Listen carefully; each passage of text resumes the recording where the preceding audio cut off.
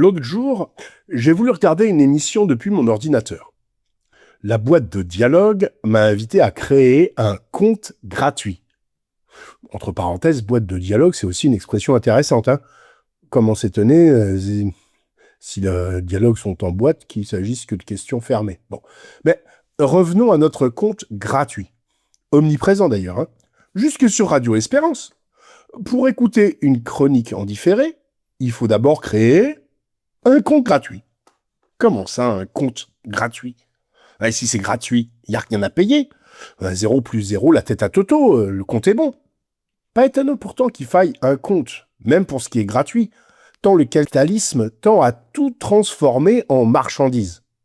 Il peut poursuivre ce processus sans menacer l'humanité d'un effondrement à la fois financier, social, politique et écologique, peut-on lire dans les colonnes du Monde diplomatique que l'on taxera difficilement de feuilles de chou à la botte du Vatican. Et le magazine de poursuivre. La gratuité ne se limite pas aux biens et services qui permettent à chacun de survivre, comme l'eau ou le minimum alimentaire. Elle s'étend à tous les domaines de l'existence, tels que les parcs, jardins publics, terrains de jeu, santé, logement, culture.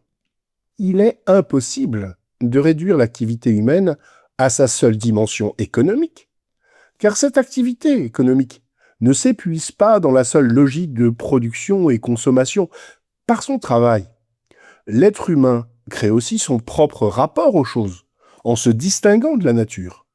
Les objets qu'il fabrique lui permettent d'habiter ce monde, de lui donner sens, de faire advenir ce monde comme lieu de médiation où vivre la relation aux autres, explique la philosophe Hannah Arendt, que l'on ne pourra pas non plus qualifier de catholique.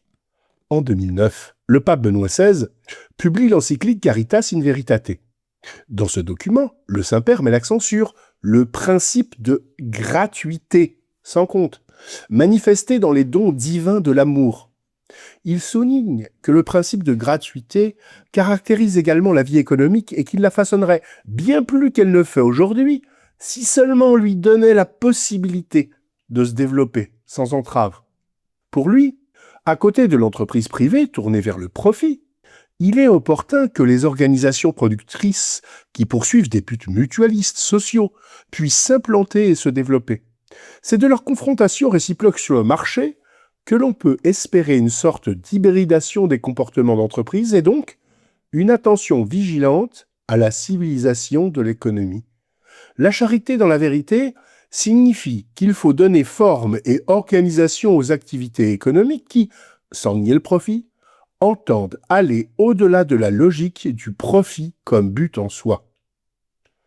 Pour Léon XIV, vous vous souvenez que j'avais fait une prédiction, le prochain pape sera catholique. Je crois que c'est le cas.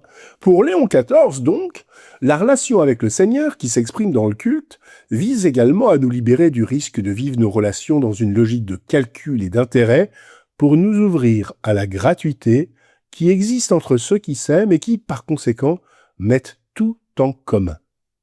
Dans son Dilexité, qui fait suite au Dilexitnos du pape François, il réaffirme qu'à ceux d'entre nous qui sont peu enclins aux gestes gratuits et n'y portent aucun intérêt, la parole de Dieu indique que la générosité envers les pauvres est un véritable bien pour ceux qui l'exercent. En agissant ainsi, nous sommes aimés de Dieu d'une manière particulière. Il rappelle que la première école publique gratuite a été fondée par un religieux, saint Joseph Calassens, suivi quelques siècles plus tard par saint Jean-Baptiste de La Salle, saint Marcel à Champagnat, et bien d'autres. Ce qui compte ne peut pas toujours être compté, et ce qui peut être compté ne compte pas forcément, résumait déjà Einstein. On attribue à saint Jean Chrysostome l'expression « l'aumône est l'aile de la prière ». Si tu ne donnes pas une aile à ta prière, elle ne s'envole pas. Un petit conte pour redire ça. Un porteur d'eau avait 2 cruches pendues aux 2 extrémités d'un bâton posé sur ses épaules. L'une des jarres conservait parfaitement toute son eau, alors que l'autre, ayant une fissure, perdait la moitié de sa cargaison en cours de route.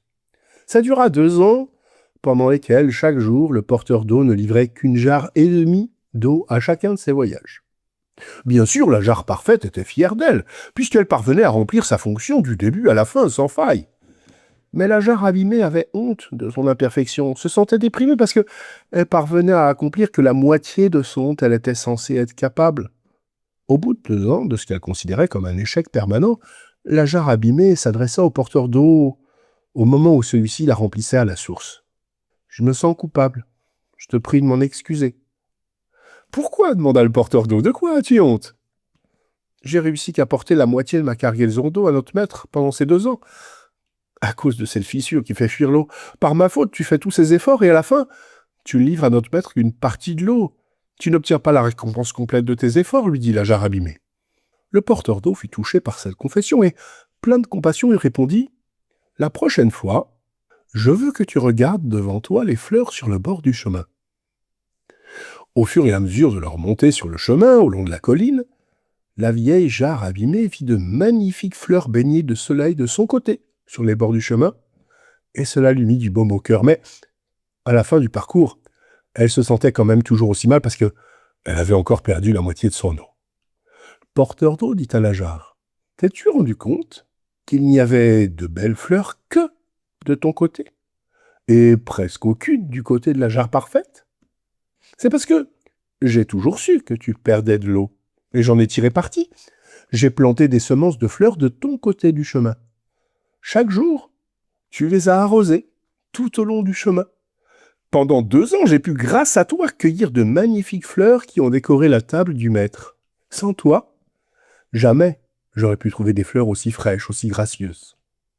Nous avons tous des fissures, des blessures, des défauts. Nous sommes tous des jarres abîmées.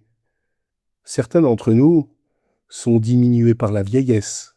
D'autres ne brillent pas par leur intelligence. D'autres sont trop grands, trop gros, trop maigres, trop chauves, trop diminués physiquement, mais ce sont les fissures, les défauts en nous qui rendent nos vies uniques et exaltantes. Nous ne nous arrêtons pas à ce qui rapporte. L'essentiel, le gratuit, est invisible pour les yeux du comptable.